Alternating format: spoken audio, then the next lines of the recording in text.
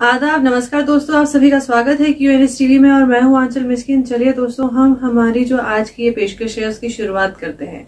आज दिन में एक बारामूला से वीडियो वायरल हुई थी जिसमें ये देखा जा सकता है कि कैसे म्युनिसिपल कॉर्पोरेशन की एक गाड़ी एंटी एनक्रोचमेंट ड्राइव को अंजाम देने पहुंची थी। यहाँ सड़क के किनारे बहुत से सब्जी वाले जो है वो इलीगली अपने ठेले लगाकर बैठे हुए थे। अब as per the norms anti encroachment drives तो ठीक है, और जहाँ कोई भी इलीगली जमीन को ग्रैब कर रहा है उस पर एज पर द लॉ कार्यवाही जरूर की जानी चाहिए। पर यहाँ सवाल उठता है कि आखिर क्यों इसकी नौबत आई। स्ट्रीट वेंडर्स पर की जाने वाली कार्यवाही कोई नई बात नहीं है और आज से नहीं बल्कि बहुत सालों से इस पर काम किया जा रहा है और कोशिश की जा रही है कि जितना हो सके उतना जम्मू कश्मीर से रोड साइड एनक्रोचमेंट पर ऐसे स्ट्रीट वेंडर्स में अवेयरनेस क्रिएट की जाए और नौबत ही ना आने दे कि इलीगली कोई अपनी दुकान सड़क पर फैला सके। तो फिर ये कैसा लूप होल है जिसकी वजह से आज भी इतने सालों की कार्यवाही के बाद भी रोड साइड एनक्रोचमेंट्स हो रही हैं? और फिर पता लगने पर आखिर क्यों इस तरह से कार्यवाही की जा रही है? Is it presenting a healthy and an appreciable image?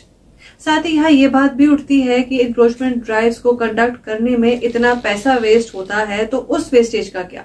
पहले से ही इस तरीके का मैकेनिज्म क्यों प्लान नहीं किया जाता कि फेयर मीन्स से एक स्ट्रीट वेंडर भी अपना काम सुकून से और बिना एंटी एनक्रोचमेंट ड्राइव के डर से कर सके। और ये स्ट्रीट वेंडर्स का चलन सिर्फ यही नहीं देखने को मिलता। दुनिया के हर शहर में स्ट्रीट वेंडर्स को उस जगह की कल्चरल रिप्रेजेंटेशन की तरह से पेश किया जाता है। तो यहाँ क्यों वेंडर्स के बीच में ऐसी अवेयरनेस क्रिएट नहीं की जाती या स्ट्रीट वेंडर्स को इस तरह से प्रेजेंट नहीं किया जाता? दोस्तों, इस मसले से डील करने के बहुत से तरीके थे जिससे शायद बाकियों के लिए मिसाल कायम की जा सकती थी या एक मॉडल प्रेजेंट किया जा सकता था। पर यहाँ जो हो रहा है या जो होता आया है वो डेफिनेटली क्वेश्चनेबल है। अब इनफैक्ट यहाँ पे यही हो रहा है कि हर तरफ से नेगेटिव रिमार्क्स या कमेंट्स देखने सुनने को मिल रहे हैं।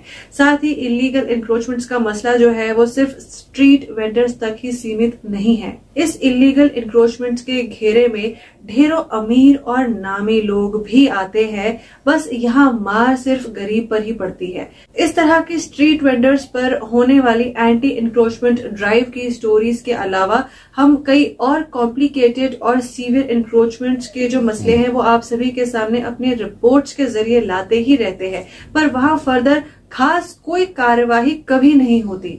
ये भी अपने आप में कई सवालों को जन्म देता है। खैर, अब इस मसले पर म्युनिसिपल कॉर्पोरेशन से एक स्टेटमेंट भी जारी हुआ कि जो नुकसान वहां आप इस वीडियो में देख रहे हैं वो स्ट्रीट वेंडर्स खुद कर रहे हैं, उसमें म्युनिसिपल कॉर्पोरेशन के किसी कर्मचारी का कोई हाथ नहीं है।